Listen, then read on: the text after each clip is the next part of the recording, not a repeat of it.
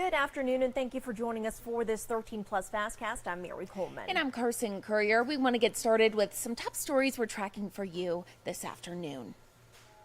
Now we have new details about a deadly crash that happened yesterday near East Broadway Boulevard and East Old Spanish Trail. You are seeing the info on our website here. Tucson police say 77-year-old Dennis Morford was driving a blue 2001 Chevy that collided with a white 2020 Volkswagen.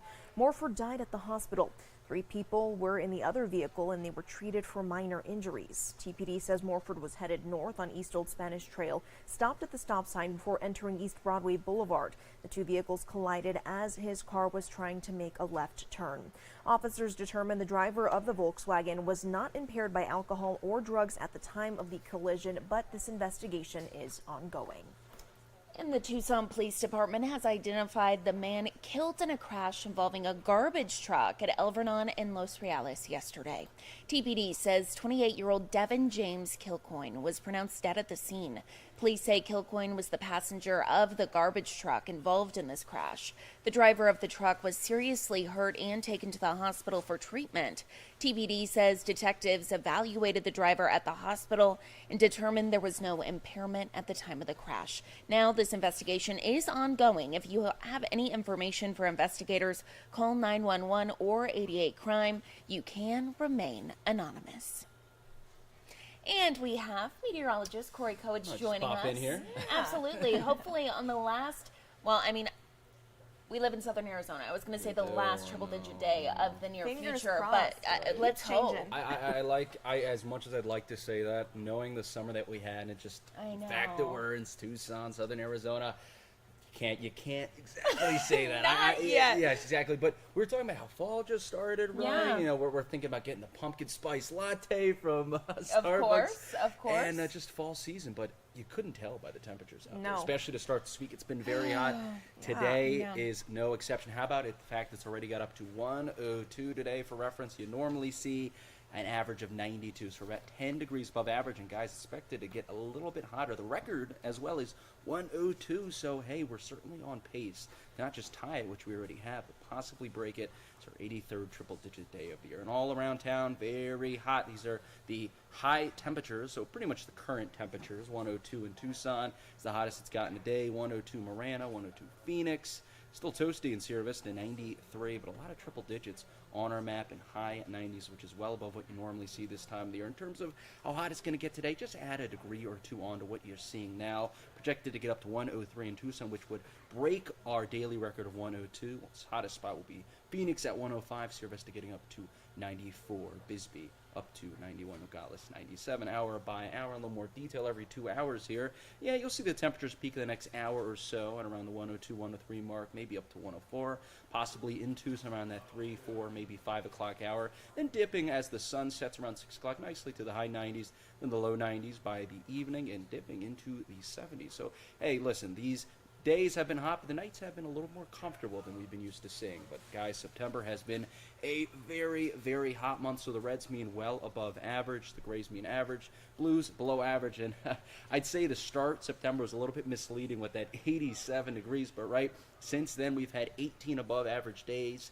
out of the 26 days, not including today, where we've already tied a record. So if you include today, we have had 5 days of record tying or breaking temperatures in the month, including on September 10th, where we not only broke the daily record, but broke the all-time September record of 111, which was previously 110. But yeah, very hot week. Very hot start to the week. How about Monday at 102, just 2 below the record. Tuesday, where we tied the record yesterday at 104, and today 102, already tying it. Expected to break it. We're expecting to get a couple degrees hotter than that mark. So that makes it 83 now, 100-degree days with a normal of 68. Not quite going to get to that record. That'll be nearly impossible. But, hey, we almost broke the record of 105 days. We're not expecting to see any more of those. But, hey, 51 with the record being 57, nearly doubling your normal amount. And the 110 plus, we've been talking about that. We've smashed that record a long time ago. Not only did we not double the normal, but we almost doubled the previous record. So it's been a very hot summer and very hot beginning of fall into September. Is that going to change? Well, the answer is yes. So this is what we have set up right now. That heat domes continue to weaken to our south. It did elongate a bit to the north, so we got included in that, which gave us some hot and dry temperatures. But watch what happens, guys. Look, that heat dome's going to shrink a little bit to the south, shrink in size, move to the south. That's going to help cool us down by the end of this week. And even more cool is this trough that's going to really get digging into our region by the weekend, really cooling us down, still remaining dry, and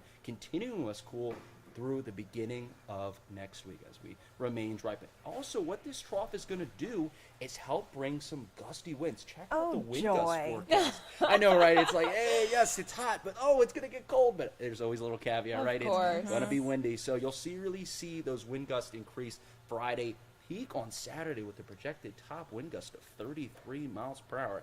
Yeah, that screams bad hair day. And then 28 miles per hour. It really takes till early next week for those winds to calm down to a nice, calm, 10 to 15 mile per hour, normal afternoon breeze. But yeah, Saturday definitely looks to be the windiest day. But hey, look at the temperatures, guys. Settling into the 80-degree mark, bottoming out at 86 on Tuesday, right? A staircase of temperatures going from the triple digits where we had threatening record temps still all the way down to below average temperatures by the weekend, and early next week settling in that 80-degree mark. And as I said, guys, still remaining dry. We don't have really essentially any chance of rain the next 7 days, but hey, hang your hat on. The cooler temperatures expected by this weekend. We'll call that a win. Yeah, Absolutely. Thank you, Corey. Thank you, Corey. Well, Gilgo Beach serial murder suspect Rex Heuermann was in court in New York today. It was a short status hearing on his upcoming trial for the murders of 3 women whose bodies were found more than a decade ago. A major break in the case came in January when investigators recovered Heuermann's DNA from pizza crust thrown away in a Manhattan trash can. Prosecutors say it matched DNA from a male hair found at the bottom of a burlap sack the killer used to wrap one of the victims' bodies. So as everyone, I think, knows, that there was an abandonment sample obtained from the defendant via the pizza box, and the pizza that was in the pizza box, a DNA profile was obtained from that pizza. Subsequent to the defendant's arrest, a buccal swab was taken of the defendant. A DNA profile was obtained from that buccal swab, and the buccal swab of the defendant matches the DNA profile from that of the abandonment sample in the pizza box.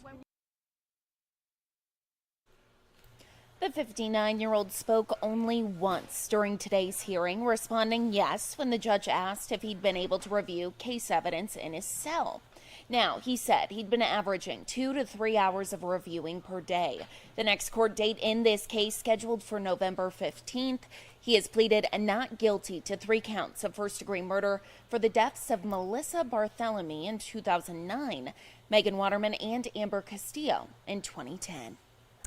And a U.S. soldier who crossed into North Korea 2 months ago is back in American custody today. North Korea announced that it planned to expel Army Private Travis King.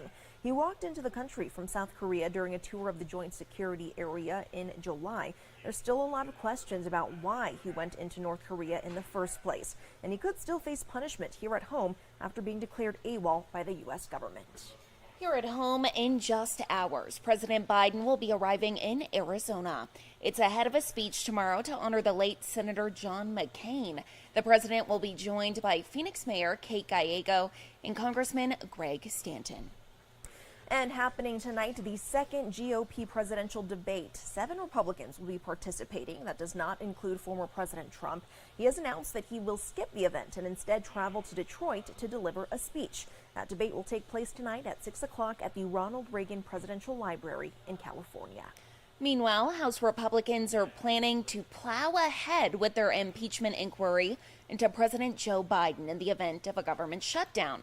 According to multiple Republican lawmakers and aides, GOP-led committees heading the Biden impeachment inquiry will be deemed essential if the government shuts down at midnight on Saturday. However, a lapse in federal funding could present logistical challenges. That's because committees will be seeking information from the government agencies where many employees will be furloughed, making issuing subpoenas and hauling in witnesses for hearings that much more complicated than usual. And happening tonight, Stephen Colbert, Jimmy Kimmel, Jimmy Fallon, Seth Meyers, and John Oliver have all announced their respective shows are coming back now that the writer's strike is over. Oliver's show will be returning Sunday night, while the rest will have new episodes beginning Monday. Late night shows were the first ones that went dark when the Writers Guild strike began on May 2nd. The hosts all announced in a joint statement that their podcast Strike Force 5 was ending. The comedians launched that podcast during the strike and said all proceeds would go to their out-of-work staff. The writers' strike officially ended early this morning following a unanimous vote from Guild leadership. And meanwhile, take a look at this. Ooh, this spider. Creepy. Oh, goodness. It is a new mesmerizing electric blue tarantula species that has been discovered in Thailand. Researchers found the spider living in a mangrove forest during an expedition to southern Thailand. They say the electric blue coloring does not come from the presence of blue pigmentation, but rather in the unique structure of their hair. According to a study, the spider's coloring varies by sex and age. Females and young males have more violet hairs than metallic blue on parts of their body. The electric blue tarantula is apparently the world's rarest tarantula. And a lot of you on our social media commenting about this disgusting but pretty cool spider. Let's take a look at this. So this is on our Facebook page. You can see we have quite a few comments and likes, some saying it looks cool, others saying it's terrifying. So weigh in. I like the nope. Oh my Yep, goodness. Can I you get it. imagine seeing something like that? I don't even like seeing a tarantula here in the desert, let alone a blue tarantula. Yeah. It is beautiful to look at, but we'll admire it from afar. There Carson. you go. How about That's a that? great How plan. about that? Yeah, go weigh in if you guys want to let us know what you think of this hairy little guy. Perfect. Well, we will leave you with a live look outside from our Mount Bigelow cam. Things looking pretty good out there, I would say. Very excited for those temps to drop, Carson. Oh, me too. It is about time. Thank you so much for watching this 13 Plus FastCast. Tune in at 7:30 for